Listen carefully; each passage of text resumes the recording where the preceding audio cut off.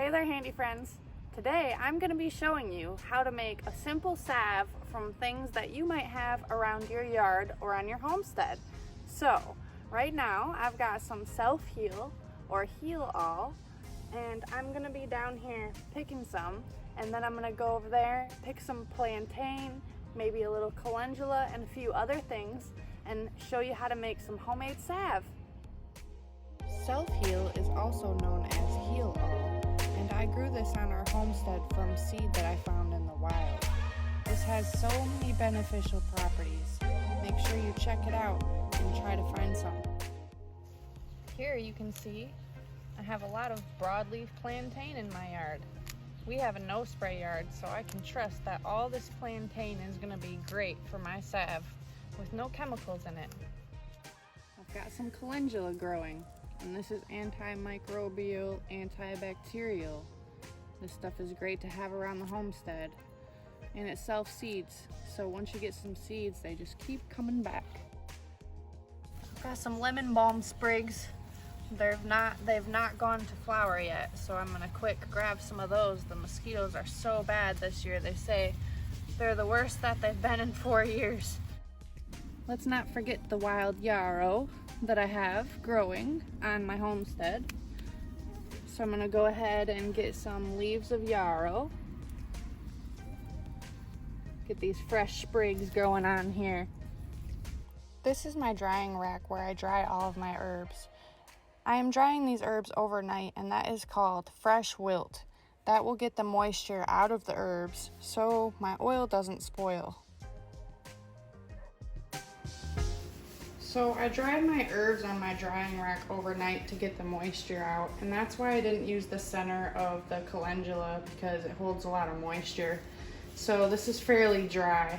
I'm gonna go ahead and give this a good chop and chop it up, and this will help release the medicinal properties and get them into this oil that I'm infusing. So you can use any kind of oil that you choose. I prefer coconut oil because it helps keep the salve thicker.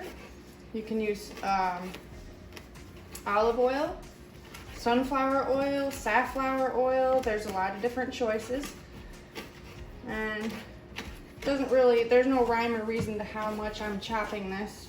I just want to open these pores up to release the properties of the herbs here. Herbs do hold more medicinal properties when they are fresh, so I didn't want these herbs to dry all the way, especially the plantain, because the medicinal properties will be very low at that time if it dried all the way. So I've got it chopped up.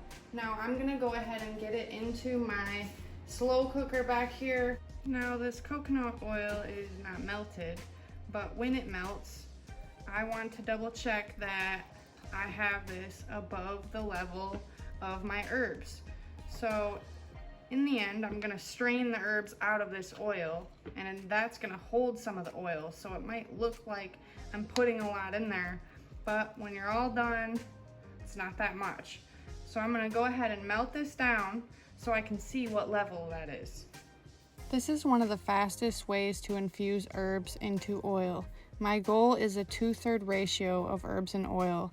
I had way too much oil, so I had to add some extra yarrow.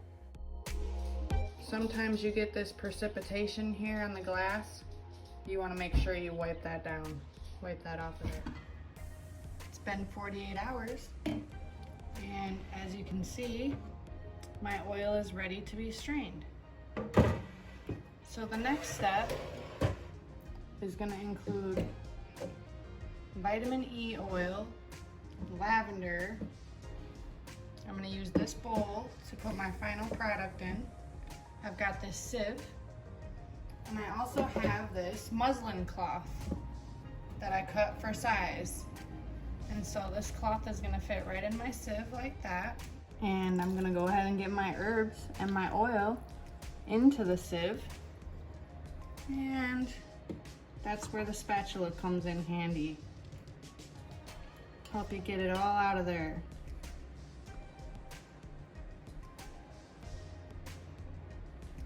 I just love infusing oils. It's so rewarding. It smells so wonderful. I can smell the yarrow, and I really appreciate infusing in coconut oil. It just has its own scent. I'm lifting my sieve out of the oil, and I'm going to slowly let it drain out of the muslin and the herbs. This is my nasty old pot, but I use it as a double boiler with this simple mason jar band. And then I put my huge Pyrex in here, and then there's my double boiler. This recipe uses a basic salve making formula of 1 ounce beeswax to every 4 ounces of oil. Always add your oil to the pan first, that way your beeswax does not stick. These beeswax cups were purified by me in a previous video, so make sure you check that out and like and subscribe to my channel. And this is gonna make just over 4 ounces of salve, because obviously I put in 4 ounces of the oil. So since I want to make a little extra salve, I am going to go ahead and add another 4 ounces. But if you don't have that much oil, you can just go ahead and stick with the 4 ounce to the 1 ounce ratio, or you can do like me and make a bigger batch. I am sharing this batch with several people, and I don't want this oil to go rancid. Infused oils last for 6 months, usually around 6 months if kept in the right conditions. It can be a very tricky process. So in total I have 12 ounces of oil here. Let me see, I want to use all this oil, so I'm going to measure it all out and see what I get. So this is just shy, that's 3 ounces. Bummer, but that's okay. So I almost have this recipe times 4. Go ahead and add the rest of the beeswax. 2.8, there we go. Giving it a stir every once in a while, and really double boiling this on low. You do not want to rush this process. Let that wax melt down real slowly. You don't want to take away from any of the medicinal properties between the wax or the herbs. Be careful when you pull this out. The steam is going to rise and it's going to be really hot. Also, it's going to be very wet around the bottom where the water was. You don't want any water to get into your salve. Oil and water don't mix. After you take it off the heat, you're going to add 10 drops of vitamin E oil. This helps keep your salve fresh, and it also adds moisture to the skin. I really like this Jason brand. 20 drops of lavender essential oil is what I chose. Go ahead and stir it in. Pour your oil. Be careful not to overflow it. It can be really messy. I'm actually pouring on wax paper, so if any dries on there, it'll be okay.